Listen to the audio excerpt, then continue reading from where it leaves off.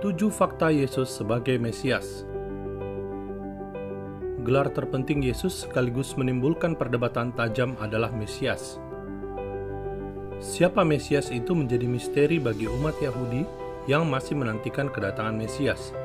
Sedangkan umat Kristen sudah mengenal Yesus sebagai Mesias. Alkitab Perjanjian Baru mencatat murid-murid Yesus yang menyebut Yesus sebagai Mesias antara lain Andreas, Simon Petrus, dan Yohanes. Rasul Paulus disebut berulang-ulang menginjil dengan topik utama Yesus adalah Mesias. Jadi, apa dasar umat Kristen meyakini Yesus adalah Mesias? Inilah 7 fakta Yesus sebagai Mesias. 1. Mesias menurut tradisi Yahudi. Dalam Alkitab Yahudi, Mesias berasal dari kata Masyah yang artinya diurapi. Yang diurapi adalah seorang raja atau imam besar.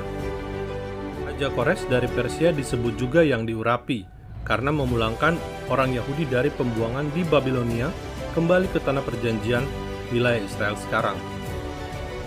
Namun Kores bukanlah Mesias yang dinantikan orang Yahudi, sebab dalam tradisi Yahudi ada 2 pendapat konsep Mesias. Pertama, Mesias dari keturunan Daud yang akan memimpin dan memulihkan Israel. Kedua, Mesias dari keturunan Yusuf yang menjadi pemimpin militer Israel dalam perang Gog dan Magog. Konsep Mesias ini dikenal juga oleh murid-murid.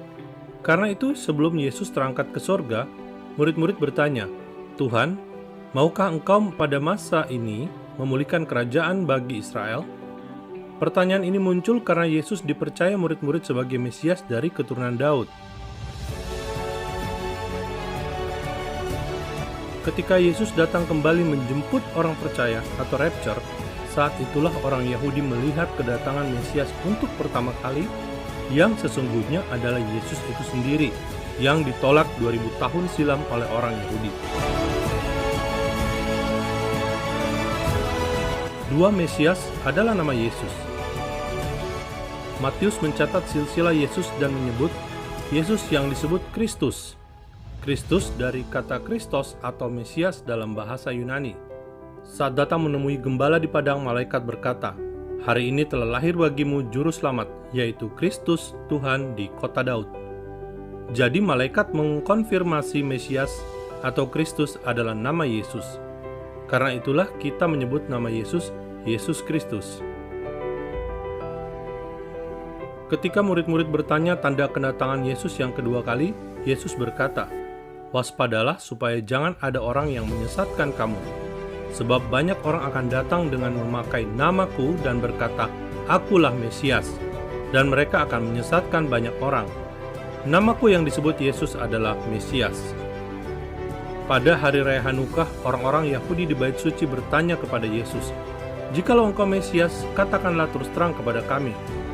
Yesus tidak membantah sebutan Mesias itu, tetapi menjawab, "Aku telah mengatakannya kepada kamu, tetapi kamu tidak percaya." 3. Mesias adalah Raja Israel. Orang Yahudi mengenal Mesias sebagai Raja atau Imam Besar yang diurapi.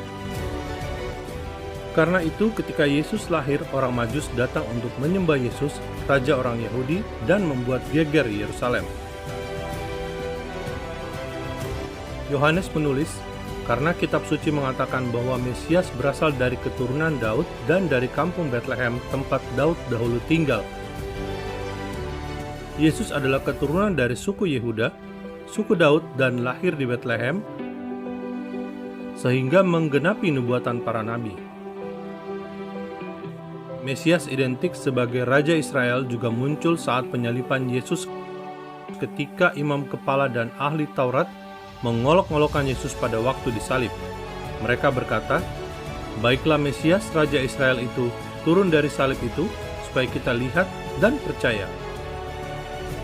Saudara, peran Mesias sebagai Raja Israel inilah yang belum digenapi, sebab baru akan terjadi nanti. Saat Yesus memerintah sebagai Raja, maka orang percaya akan turut memerintah bersama Mesias selama 1000 tahun.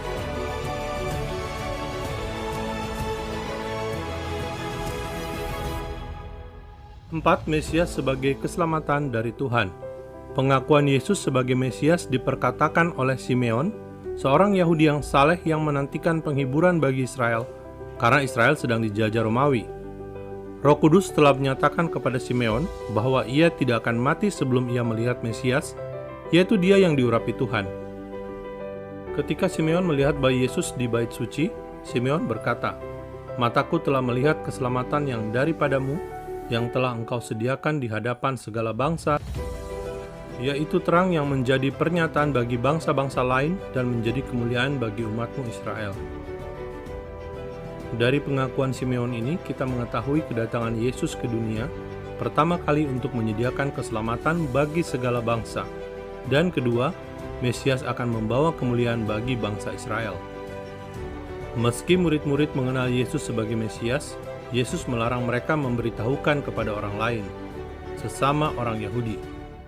Namun kepada perempuan Samaria yang Yesus temui di sumur Yakub, Yesus justru mengungkapkan ia adalah Mesias.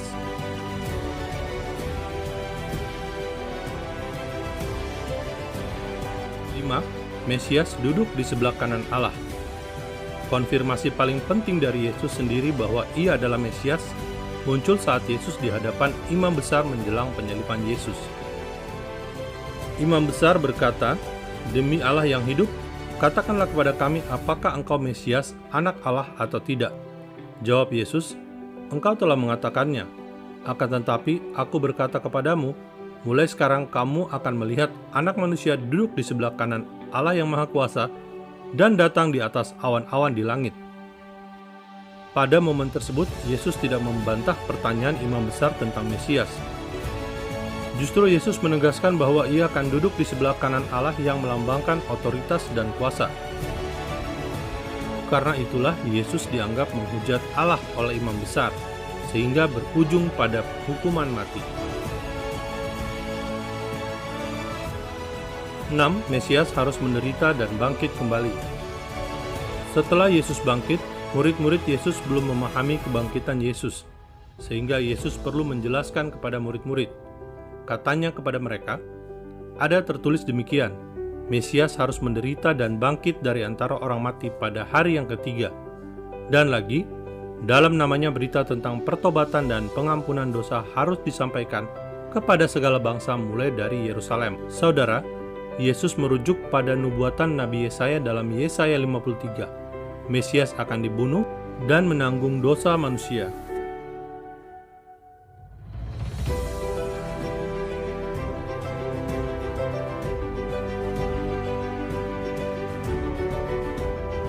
Tujuh Mesias palsu muncul pada akhir zaman.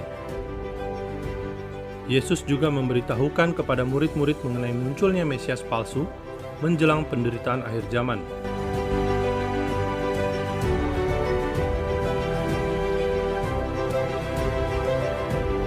Saudara, cuma Mesias asli yang bisa memperingatkan orang lain tentang adanya Mesias palsu, sekalipun disertai tanda yang dahsyat serta mujizat-mujizat.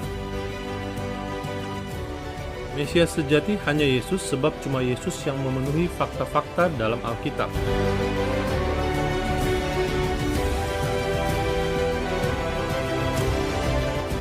Ikuti terus video-video literasi tentang Israel, Alkitab, dan kekristenan bersama Fakta Israel. Terima kasih Anda sudah mendukung pelayanan kami.